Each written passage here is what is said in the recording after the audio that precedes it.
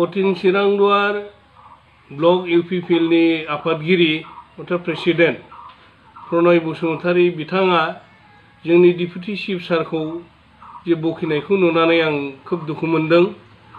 बे बिथाङा deputy chief सारखौ 17 बोसोर सासन खालामनायाव जेबो डेभेलप मावाखै होननानै बुंदों। बियो 100% नंखाय। बिनि बिदिन्थिखौ आं दिनै होजेननो सानबाय। दिनै गावनि न' खाथियाव दिवहा ब्लेक टपिं लामा जानानै थांबाय। बिथाङा हयथ' मेसेबनानै थाबायदों, नायनानै थाबायाखै। बियो बे लामाजोंनो थांलाय फैलाय गारि सालायबाय थादों आरो बिनि न'नि एसे साहा गिर्जा बस्तियाव थांनाय आदिबासी मोनसे लामा ब्लेक टपिं जानो थांगासिनो दङ। बे जाहैबाय लकडाउननि थाखाय एसे थाथ'दों। लकडाउन नङामोनब्ला दिनै कमप्लिसन जासिगौमोन। बेबो डिप्युटी चिफ सारनि अननायावनो जानाय। बेफोरबो गासैबो बिटिसि नि डेभेलपमेन्ट। दिनै बिथाङा बेखौ नुवाखै नामा? आरो बे दाखिनगाव गामियाव मैदुन दाखिनगाव गामियावनो मोनसे सुइस गेट कमप्लिसन जाबाय। बेवहायनो बिथांमोननि न'खरा दिनै खेथि मावनानै जागासिनो दङ। दिनै बिथाङा मानो डेभेलप जायाखै होननो हाखो? बबे सावसों होननो हादों? दिनै जोंनि 14 चिरांदुवार हिसाबै डिप्युटी चिफनि मावनायखौ जोङो बुंनानै फोजोबनो हाया। दिनै हा राननायनि खोथा बुंदों, बिथाङा हाखौ होनो हायाखै होनदों। दिनै हाया होआखैब्ला दुनाबारिनि रायजो राजानाव सोंहैदो। बे जायगायाव दिनै हा रानजेनदों डिप्युटी चिफ सारा। समग्र बेंटल एरियानि जिखिनि फरेस्ट लेन्डफोर दङ, बे फरेस्ट लेन्डफ्रा गासैबो दिनै फाट्टा लेखा मोनजोब्बाय। बिनि उनाव सारियालि रानदों। सारियालिनि उनाव दिनै देवस्रायाव रानहैबाय। खुंग्रिं प्राइमारिनि आन्दारावबो रानबाय। दादगारि प्राइमारिनि आन्दाराव दिनै राननो हादों। बिथाङा दिनै मा बुंनो सानदों? बिथाङा दिनै थाङै सोंहैथों। आरो बिथांनो प्रमाण पत्र नांगौबा सारियालियाव इउपिपिएल खालामग्रा बिथांमोन दङ। बिथांमोनाव थांनानै हानि फाट्टाया नंगौना नङा दिनै बिथाङा दिनै नायनो हागोन। आरो सोलिबाय थानाय लकडाउनाव जोङो माइरं राननायखौ बिथाङा फट'ग्राफ खालामदों। जोंखौ कुइसन एराइज खालामदों। बहा रानदों? बे समाव जों नांलायदों। जोङो बेवहाय जाथि धर्म पार्टिनि खोथा गैया। समग्र जोंनि थाइखाजोरा प्राइमारिनि आन्दाराव मोनफ्रोमबो गामियाव जों हाबै रानदों। बेवहाय बिथाङा दिनै जोंखौ कुइसन एराइज खालामदों। बेखौ जों बिपिएफनि जानानै दुखु मोनदों। बिथाङा सोंहैनो हागोन। इडेनबारि बायदियाव जोंनि अपोजिसन जब होननानै बुंब्लाबो बारा बुंनाय जानाय नङा। सिनागुरियाव जोंनि अपोजिसना 50% नि बारा दङ। होमबा दिनै सिन्था खालामदो। आरो बेफ्रावबो जोङो गासैबो माइरंखौ रानदों। आरो बे माइरं राननायाव जोङो जाथिनि पार्टिनि धर्मनि जेबो खोथा रायलायाखै।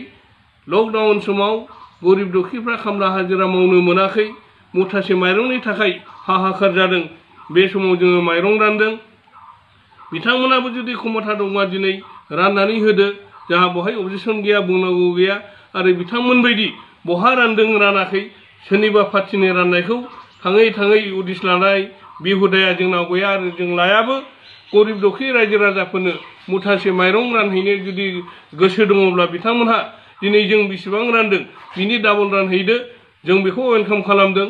आरो बेखौ रानहैयोब्ला जोंबो मोजां मोनगोन। रायजो राजाफ्रा बेखौ वेलकाम खालामगोन। दा अपोजिसन हिसाबै जेखिनि खामानि मावनांगौ बेखौ माव। खिन्थु नैबे लकडाउननि समाव नोंथांमोनहा दिनै इउपिपिएलआ बेबायदि अबजेक्सन खालामनो नाङा। नोंथांमोनहाबो रान। दिनै जों बुंनो थांगोन। दिनै जोंनि ओनसोलफ्राव दिनै मानो डेभेलप जायाखै?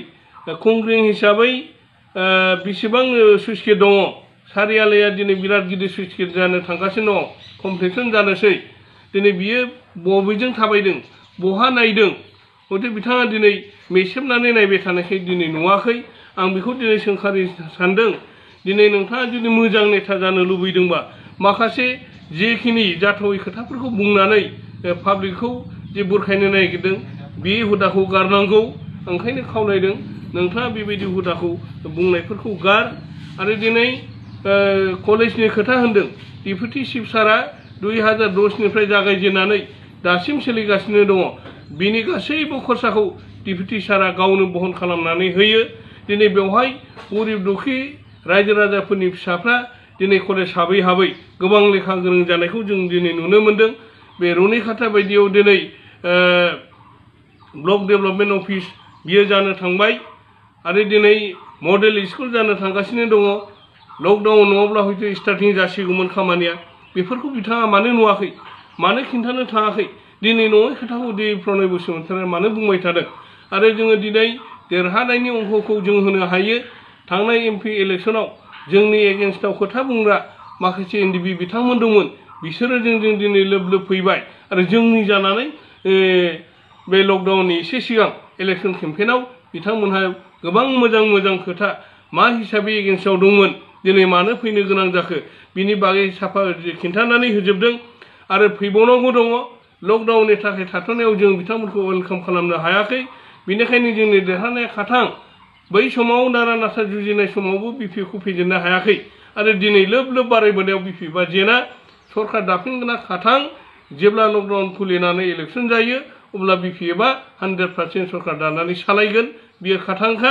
बेनिखायनो बेखौ नुहुरनानै रायजो राजाफोरखौ दिनै बबे खोथाजों बुंनानै नङै गेसाव गोफोन खोथाफोर बुंनानै बिथाङा बोरै पाब्लिकखौ मोजां मोनहोगोन बेखौ सानदों खिन्थु पाब्लिकआ बेखौ नुखाजोबनाय मिथिखानाय जे डेभेलपमेन्टजों दिनै लामाजों थाबायगासिनो दङ बबेबा सुइस गेटनि दिनै दै लानानै खेथि मावगासिनो दङ बे रायजो राजाया गासिबो मिथिखानाय दिनै नङै खोथाखौ बारंबार बुंनायाव जों दुखु मोनदों पथिन चिरां दुवार ब्लक हिसाबै डिप्युटी चिफनि समस्ति हिसाबै जों डिप्युटी चिफखौ आरोबाव एबार 2020नि जे इलेक्सन बेवहाय देरहाहोनानै डिप्युटी चिफ जोङो गायसनबावगोन बे खाथां आरो आं मोनसे खावलायदों प्रनय फंबायखौ जाहाथे जोङो BPF दला जेब्लाबो बयखौबो वेलकाम खालामगोन जुदिहे फैनो गोसो दंबा फैनो हागोन जों रावखौबो माना खालामा जाय NDP बिथांमोना दिनै BPFनि खामानि मावफैबाय फैनानै बिथांमोन बायदि दिनै गोरोन्थिखौ स्वीकार खालामनानै